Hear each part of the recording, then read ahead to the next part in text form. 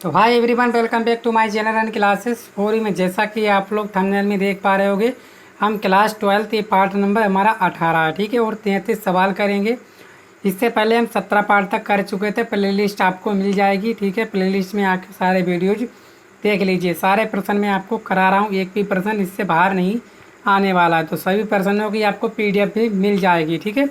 तो चलिए देखते हैं 33 सवाल। बोला गया एक समबाहु त्रिभुज के 3 कोने AB तथा C हैं। कोने A पर एक बिंदु आवेश +0.1 माइक्रोकूलाम है। तो कोनों B तथा C के बीच मध्य बिंदु पर विद्युत क्षेत्र की तीव्रता क्या होगी यदि त्रिभुज की भुजाएं जो हैं कितनी हो, 10 सेंटीमीटर की हों। तो ये हमें बताना है। आपका एक समबाहु त्रिभुज है, तो आप जानते हो कि समबाहु त्रिभुज होता क्या है, तो उसके बारे में थोड़ा सा जान लीजिए, ठीक है। तो हम लोगों ने आपको बताया था कि समबाहु त्रिभुज क्या होता है, जिसकी तीनों भुजाएं क्या हों, बराबर हों, ठीक है। लो, तीनों भुजाएं क्या होनी चाहिए, आपकी बराबर होनी चाहिए। वही होता है आपका क्या, समबाहु त्रिभुज, ठीक है। ये बना लिया हमने समबाहु त्रिभुज। सम मीन्स बराबर, बाहु माने भुजा, सभी भुजाएं क्या हों, आपका बराबर हों। मान लीजिए ए बिंदु A है, और ये मान लीजिए B है, और ये बिंदु मान लीजिए C है। ये आपको बोल रखा है। इसके बाद समबाहु त्रिभुज के 3 कोने ABC, कोने A पर बिंदु आवेश कितना है, यानी कि A पर जो Q है उसका मान दे रखा है आपको 0.1 माइक्रोकूलाम, ठीक है। माइक्रोकूलाम का मतलब जानते हो कि 10⁻⁻6 होता है, ठीक है। कोई दिक्कत नहीं। इसके बाद प्रत्येक भुजा कितनी है, 10 सेंटीमीटर। तो ये भुजा भी आपकी कितनी है, 10 सेंटीमीटर। ये वाली भी कितनी है, 10 सेंटीमीटर। और ये भुजा भी पूरी कितनी है आपकी, 10 सेंटीमीटर। चलिए सवाल को अच्छे से पढ़ेंगे, ठीक है, कोई दिक्कत नहीं। इतना हो गया। इसके बाद क्या बोला गया है कि कोने बी तथा C के बीच मध्य बिंदु पर, कोने B तथा C के मध्य बिंदु, ये हो गया क्या आपका मध्य बिंदु। मध्य बिंदु मान लीजिए O। यहाँ पे आपको विद्युत क्षेत्र की तीव्रता क्या बतानी है, E बतानी है, कितनी है, ठीक है। ये सवाल आपका बोला गया है, ठीक है। तो आप सभी जानते हो कि विद्युत क्षेत्र की तीव्रता जो होती है, ठीक है, यानी कि मध्य बिंदु पर, यानी कि बिंदुओं के विद्युत क्षेत्र की तीव्रता क्या होती है, वो पहले आपको फार्मूला पता होना चाहिए, ठीक है। विद्युत क्षेत्र की तीव्रता, चलिए कोई दिक्कत नहीं, आपको फार्मूला तो पता होगा। क्या होता है, E बराबर होता है आपका 1/4πε0 और Q/r²। ये होता है फार्मूला।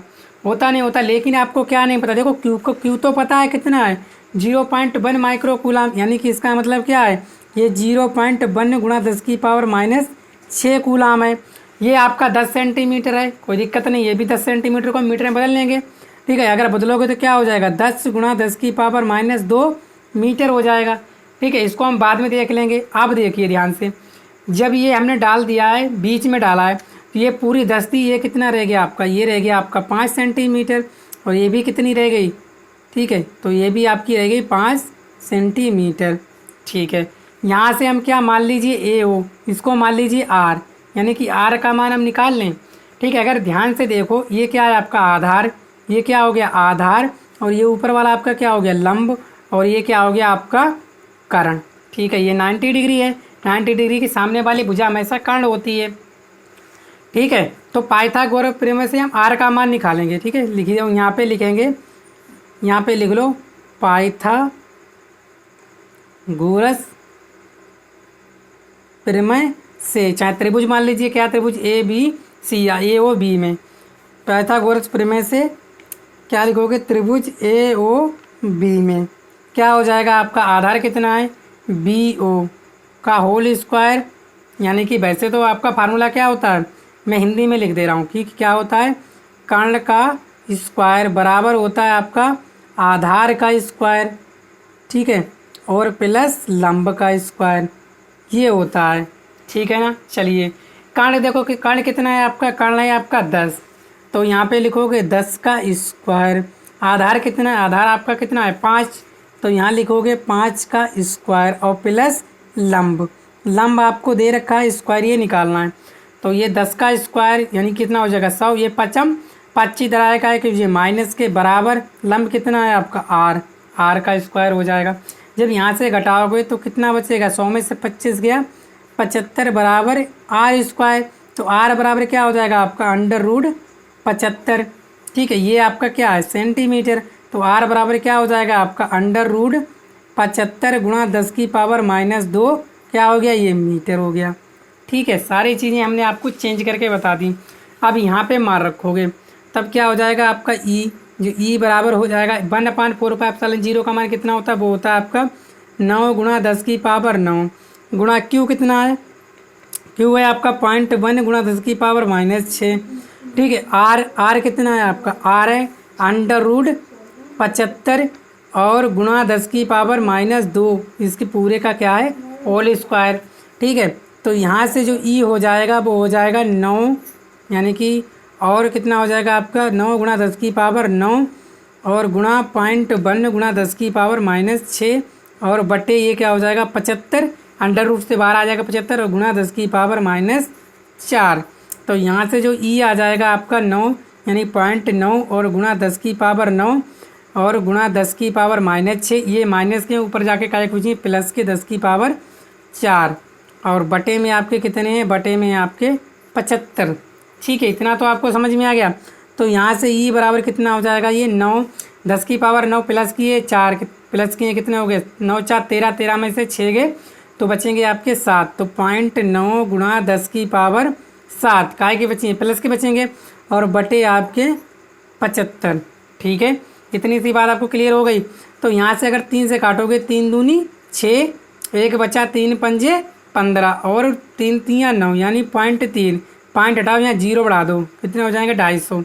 तो ई बराबर हो जाएगा आपका 3 गुणा 10⁻7 और बटे 250। अगर यहाँ पे हम लिखना चाहें क्या लिख सकते हैं, यहाँ 2 जीरो बढ़ाओ 300 हो गया, यहाँ 250 है और गुणा 10⁻कितने कर लो 5। ठीक है, और बटे 250 तो 1 0 से 1 0 कट गया। ठीक है, 5 25 5 6 30। तो यहाँ से ई बराबर क्या हो जाएगा, ई बराबर हो जाएगा 6/5 गुणा 10⁻5। जब इसको काटोगे 5 एकम 5 और 1 बचाए और पॉइंट लगाओगे 5 दूनी 10। तो यहाँ से जो ई बराबर आ जाएगा आपका 1.2 गुणा 10⁻5 न्यूटन प्रति कूलाम। ये आपका आंसर हो गया। अगर आप दिशा देखना चाहोगे, दिशा सर दिशा तो बता दीजिए, आप दिशा देखो, दिशा देखो, दिशा ये प्लस क्यू है, इधर ये प्लस क्यू का कारण है, मध्य बिंदु पर आपकी विद्युत क्षेत्र की तीव्रता है। तो प्लस क्यू से जो दिशा होगी वो कहाँ होगी आपकी, नीचे की ओर, नीचे की ओर विद्युत क्षेत्र की तीव्रता की यही दिशा है। ठीक है, समझ में आ गया। देखो अगर प्लस क्यू होता है तो बाहर की ओर होती है, माइनस होता है तो माइनस क्यू आवेश की ओर होती है विद्युत क्षेत्र की दिशा। ये वाली याद रखना। क्या बताया, अगर आपका जो विद्युत आवेश है प्लस का है तो जो विद्युत क्षेत्र की दिशा होगी वो प्लस क्यू से हमेशा कहाँ होगी, बाहर की तरफ होगी। अगर आपका ऋण आवेश है यानी माइनस क्यू है तो विद्युत क्षेत्र की दिशा हमेशा माइनस क्यू आवेश की ही ओर होगी। ये आप नोट डाउन कर लीजिएगा। तो उम्मीद करता हूँ आप लोगों को ये क्वेश्चन अच्छे से समझ में आ गया होगा। तो वीडियो को शेयर कीजिएगा और चैनल पर पहली बार आए चैनल को सब्सक्राइब भी कर लीजिएगा। ठीक है, मिलते हैं नेक्स्ट वीडियो में। Thank you.